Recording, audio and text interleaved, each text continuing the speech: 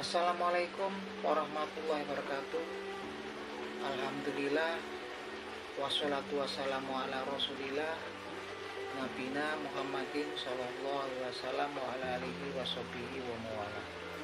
Rabbi shrah li sadri wa yassir li amri wahlul 'uqdatam min lisani yafqahu qawli. Oke, malam para seluruh YouTube, ketemu lagi dengan saya Gun Wijanarko. Oke para sedulur, seperti biasa di malam hari ini saya pengen ngajak para sedulur saya untuk ngobrol-ngobrol santai seputaran hal-hal yang bersifat religius. Jadi teman-teman, beberapa hari yang lalu ya teman-teman, saya membuat konten seputaran kasus hukum yang memang sedang menimpa Gus Samsudin alias Samsudin Jandab gitu kan, yang prosesnya lagi berjalan saat ini, pemeriksaannya Samsudin ini di Polda Jawa Timur ya. Yang jelas faktanya di sini Samsudin sudah mengakui, sudah melakukan klarifikasi bahwasanya sutradara pembuatan video aliran sesat tukar istri adalah dia sendiri ya teman-teman. Dan kemudian dia sudah klarifikasi tempat pembuatan video itu sendiri pun semua sudah tahu ya, bahwasanya video tersebut pada awalnya diakui oleh Samsudin Jandab ini dibuat di Bogor, bukan di Jawa Barat, tapi setelah kemudian diselidiki oleh pihak yang berwajib ternyata berbohong ya. Videonya dibuat di Desa Jatilengger, Kecamatan Ponggok, Kabupaten Blitar, Provinsi Jawa Timur. Artinya di sini ketahuan nih, ini berdusta ya gitu kan. Jelas-jelas dia berkelit nih, ini orang gitu kan. Kita nggak tahu apa maksudnya. Sepertinya dia mau menyelamatkan apa ya, menutupi anggota-anggotanya yang lain ya, krunya itu ya. Gitu kan. Yang jelas pemilik rumah pun sudah bersaksi ya di situ. Bapak Lahuri ini kenapa kemudian bisa sampai rumahnya dipakai, karena memang anaknya Bapak Lahuri ini sopirnya si Samsudin kan gitu kan. Bapak Lahuri menyatakan bahwasanya dia diberi dana sekitar 200.000 untuk menyiapkan kebutuhan seperti kopi, makan untuk para krunya Samsudin. Menurut kesaksian Bapak Lahuri, Samsudin menggunakan rumahnya untuk pembuatan video tersebut selama 3 hari. Dan krunya kurang lebih 10 orang. Dan mereka selalu membuat videonya di atas jam 10 malam. Nah, ini udah jelas sekali ya gitu kan. Pelakunya sudah klarifikasi, sutradaranya Samsudin, lopus delictinya, lokasinya sudah jelas gitu kan. Ketika saya bikin konten tersebut, saya juga nggak ngerti teman-teman ini. Ternyata banyak yang komen-komen gitu kan. Komennya semuanya memang sepertinya mengecam, menyerang saya gitu kan. Saya juga sebetulnya merasa lucu gitu kan, karena memang komen-komennya ini aneh gitu kan. Kenapa aneh saya bilang?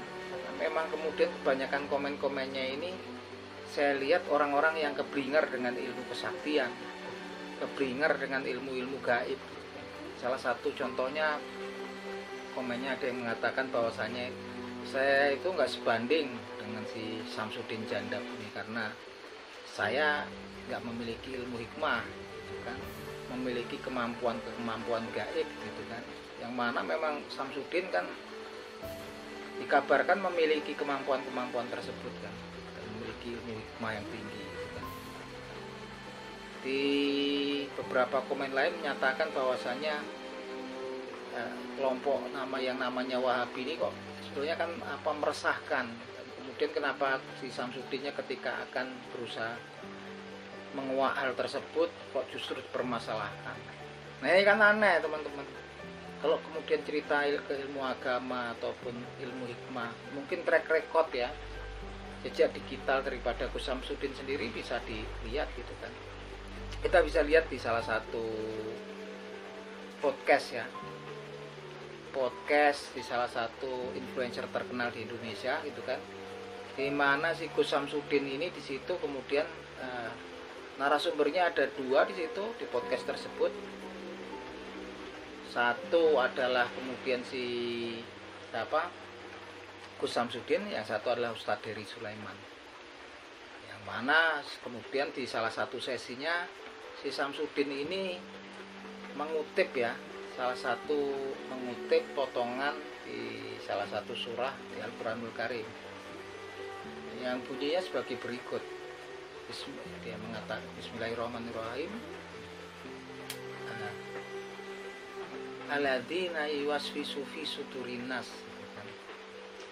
Nah, mungkin kita semua tahu nih, ini potongan ayat apa gitu kan. Dari ini adalah potongan ayat daripada surat An-Nas gitu kan. Dia nggak baca komplit kan. Alladzina yuwaswisu fi sudurin nas minal jinnati wan nas gitu kan. Kemudian dia menyatakan arti daripada ayat tersebut adalah nggak diciptakan oleh Allah Subhanahu wa taala jin dan manusia kecuali untuk beribadah kepada Allah Subhanahu wa taala gitu kan. Ini sebenarnya juga kalau saya lihat itu juga sebenarnya saya juga apa ya gitu kan, prihatin nih lihat ini kan. Sebenarnya mau ketawa juga malu gitu kan. Nah, enak lah gitu kan. Yang jelas ya, Ustadz Tri Sulaiman kan orangnya juga bijaksana, orangnya sabar gitu kan. Karena memang yang diucapkan si Samsudin ini adalah potongan daripada surat An-Nas gitu kan. Yang artinya bukan itu ya.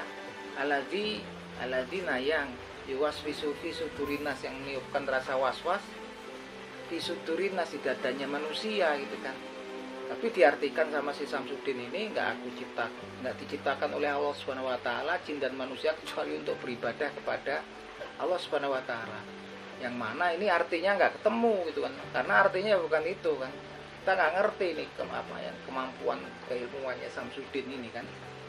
Yang mana kalau kemudian arti tersebut adalah merujuk ke surah Az-Zariyat ya, yang bunyinya sebagai berikut potongannya, wa ma khalaqtul jinna wal insa illa liya'budun, dan tidak aku ciptakan jin dan manusia itu kecuali untuk beribadah kepada Allah Subhanahu wa taala itu sendiri. Nah, dari sini teman-teman bisa lihat lah, tinggal cari itu, dicari apakah betul tokoh idolanya yang mereka kemudian sanjung itu kemampuannya, pengetahuannya tentang keilmuan agama ya. Lihat aja sendiri track recordnya gitu kan, digital recordnya ada ya teman-teman gitu kan. Terus kalau masalah ilmu-ilmu yang gaib, ilmu kesaktian, teman-teman bisa lihat di digital recordnya ketika kemudian Samsudin dijadikan narasumber oleh Dr. Richard Lee ya, dimana kemudian Dr. Richard Lee sepertinya nge-move ya, mau minta ngambilkan pisau untuk nyoba.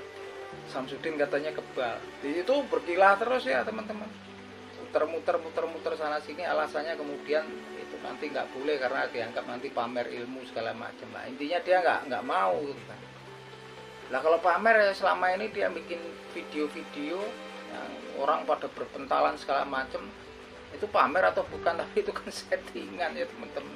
Saya sendiri mau ketawa, saya nggak ngerti kenapa kemudian banyak orang yang sepertinya keblinger ya, seperti sudah kena indoktrinasi gitu kan. Kemudian nggak dalam kesadaran bahwasanya yang terjadi saat ini udah real gitu kan. Samsudinnya sendiri sudah mengakui gitu kan. Dan walaupun nonton semua full videonya gitu pun, saya juga udah nonton, memang pada akhirnya juga Samsudin dalam video tersebut kan mencegat wanita yang pulang katanya dari pengajian tersebut kan, kemudian memperingatkan, tapi edukasinya di mana gitu kan.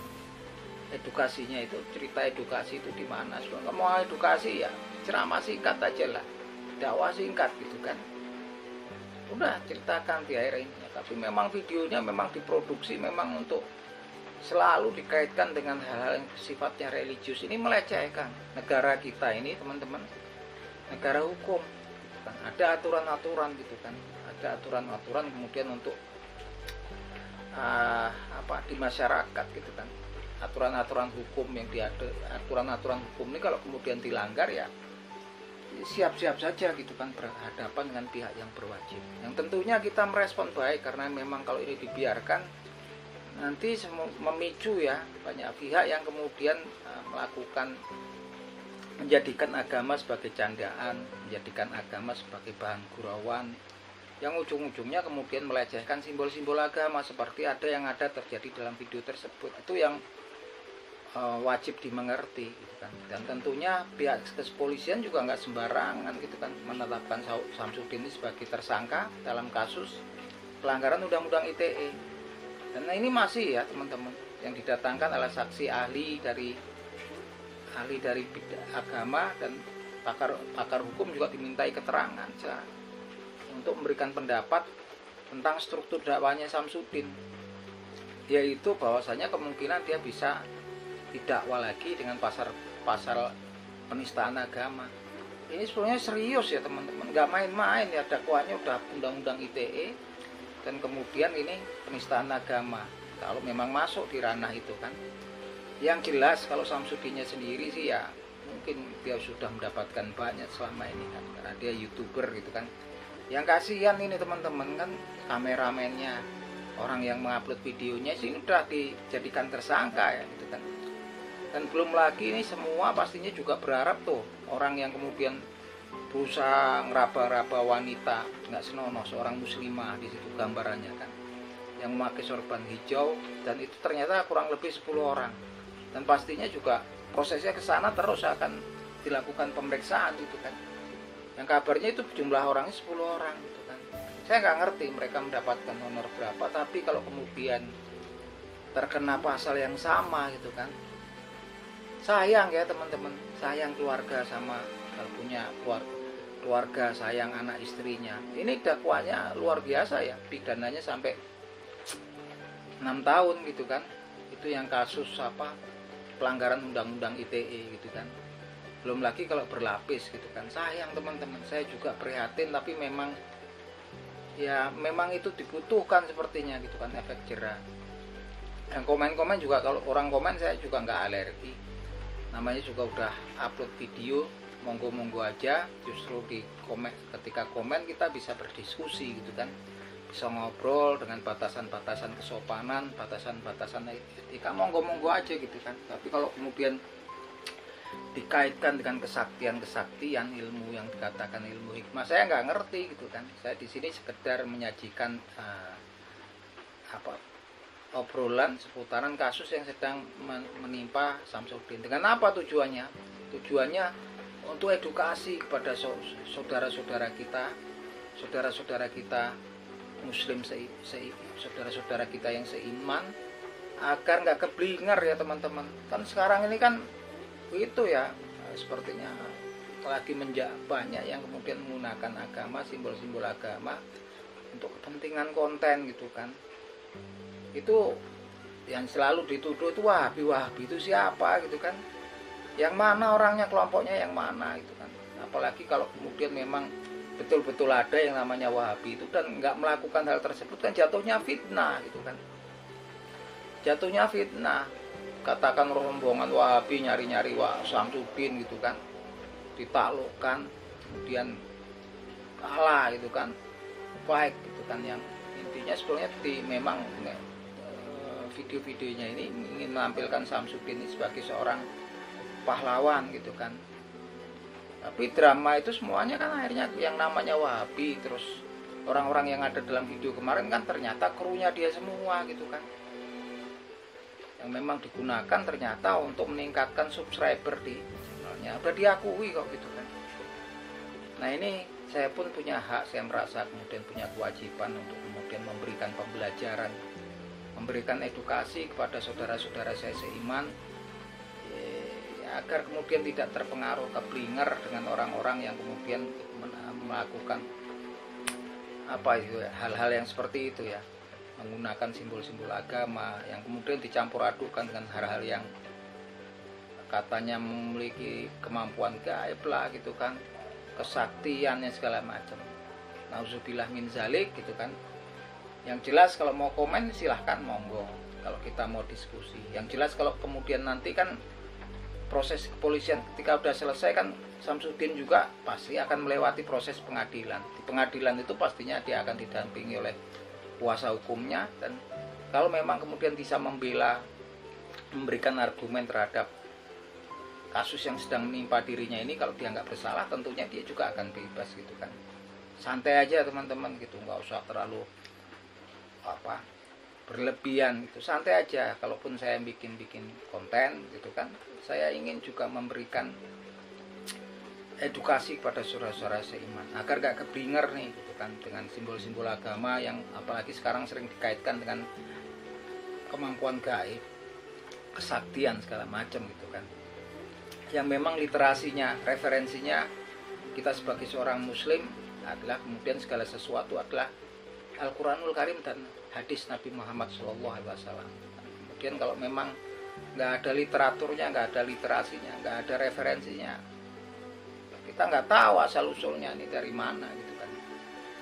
Itu kalau kemudian kita orang lain boleh membuat konten edukasi, katanya ya kita juga berhak memberikan konten edukasi dalam hal-hal yang memang masuk logika kita, dalam batasan-batasan kesopanan, dalam batasan etika gitu kan. Yang jelas saya sendiri prihatin kalau kemudian banyak orang yang kemudian terlibat dalam kasus tersebut ya. Miris, sedih sekali itu ya. Kalau kemudian cuman kameramennya ataupun yang mengupload di YouTube kemudian oknum aktor dan aktris dalam video itu kemudian juga didakwa dengan pasal yang sama, tapi kelihatannya juga kemungkinannya besar gitu. Mereka udah terlibat di situ dan mau kabur kemana gitu kan. Sekarang udah 3 orang nih kan yang kemudian diperiksa, diproses hukum oleh pihak yang berwajib. Terlepas dari itu, saya pribadi dan saya pribadi mengucapkan terima kasih sebesar-besarnya dan apresiasi kepada pihak yang berwajib, pihak kepolisian, khususnya untuk Polda Jawa Timur yang kemudian merespon keresahan di masyarakat yang dengan beredarnya video-video yang betul-betul meresahkan tersebut. Oke, gitu aja teman-teman. Akhir kata, wabillahi taufik wal hidayah. Wassalamualaikum warahmatullahi wabarakatuh.